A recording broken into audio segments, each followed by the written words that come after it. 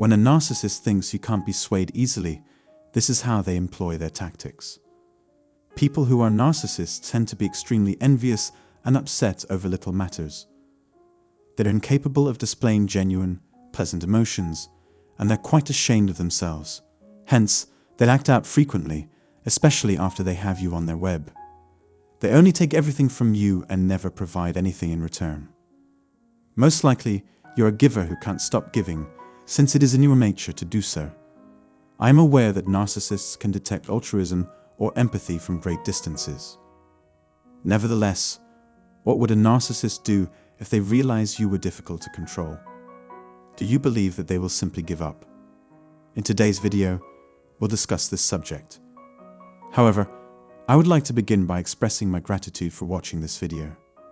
If you could share this video with any of your friends, family members, or loved ones, it would be a huge help in growing this channel. If this is your first visit, please subscribe to this channel so that you don't miss any future updates. As always, I'm grateful for your support. Initially, they will make you feel guilty for everything.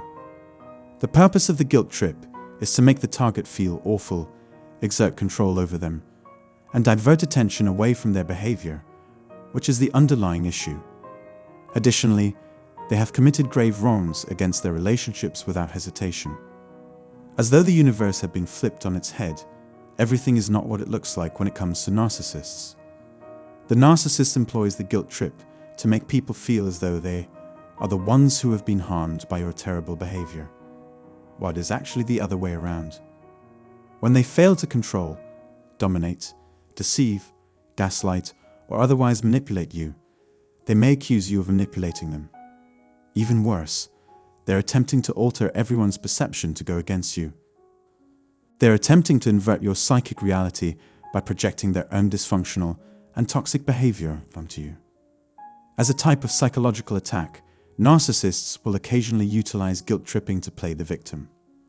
Additionally, it is a tactic to keep you in relationship, to never let you go.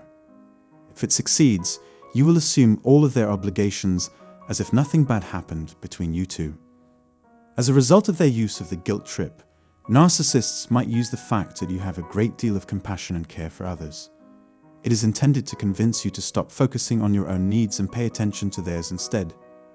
In their view, it's all about maintaining power, authority, and self-importance. If you have dealt with these narcissistic and manipulative approaches, please share your thoughts in the comment space below. If so, what measures did you take to address it? What was your response? I'd love to hear from you. Second, they will provide arguments and excuses in an attempt to defend themselves. Every time something goes wrong, whether it was something they said, did, or didn't do, a narcissist will come up with an explanation for why they said, did, or didn't do the offending action. They rationalize and justify their own poor behavior as if it was second nature. They attempt to rationalize their acts by fabricating false justifications and deceptive viewpoints. This manipulative maneuver is designed to get you off their backs, so they may continue doing whatever they believe is within their legal rights. They are attempting to inform you that you misread what they said or that you do not understand what they meant. Thirdly, being dishonest, telling blatant lies, and omitting facts. False assertions that are stated and communicated as though they are real and accurate constitute lies. We are all aware that narcissists would say anything to obtain what they desire. They're dishonest because they tell you the truth directly in front of your face and then conceal the facts so they can lie. The primary objective of the narcissist is to conceal you beneath a layer of lies and secrets so that he or she may manipulate your decisions in his or her favor. So that everyone continues to move to the same rhythm. They control you and your sense of self by saying whatever is necessary to keep everyone in their place. Fourth, passive aggressiveness or indirect aggression. In this manner, narcissists manipulate your emotions by, for example, giving you the silent treatment, rolling their eyes, talking about you as if you weren't present, or simply gazing at you. In addition, they do so intentionally by ignoring you or otherwise demeaning you. The narcissists will claim they are really attempting to assist and find a solution to the situation, in order to make their stinging insults seem less severe and to obtain a pass. The narcissist believes that his or her attacks and insults are earnest attempts to assist, or simply overreacting. This has nothing to do with the current situation. Anyone else they've persuaded that you're inadequate will likely receive additional put-downs and disappointment. This is a narcissist's way of knocking you down, dominating you, and making you feel insignificant while concealing their own shortcomings. This is referred to as the silent treatment when a narcissist, for instance, refuses to communicate with you. They physically or emotionally harm you in order to coerce you into compliance. For what purpose? Even though this is one of their favorite ways to behave, they do it to demonstrate that they don't respect you and that you don't deserve their regard. It is necessary to be informed of how awful you are so that you don't forget how the narcissist perceives you. This is done intentionally to make you feel rejected and alone. In this situation, it is evident that emotional manipulators and their weak assistants are cruel. They simply lack compassion for others. 5. Issue a warning. Now, what I'm referring to is not as serious as physically assaulting someone.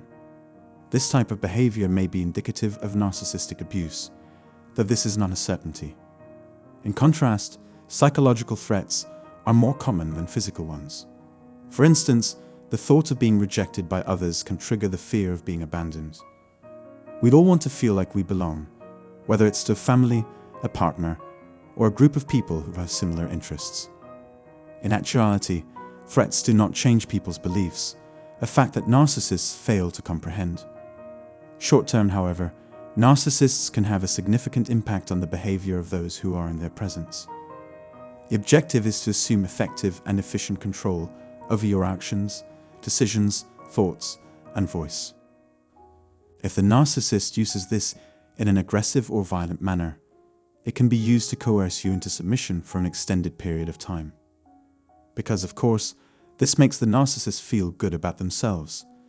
Everyone is aware that narcissists desire to be viewed as superior to others, as this helps them feel good about themselves. I hope that my concise explanation has been helpful. Please tell us what you think and what you've encountered in the comment section below. Consider subscribing to our channel and clicking the bell icon below the video to receive notifications of upcoming videos. Your time and interest are much appreciated. Thanks.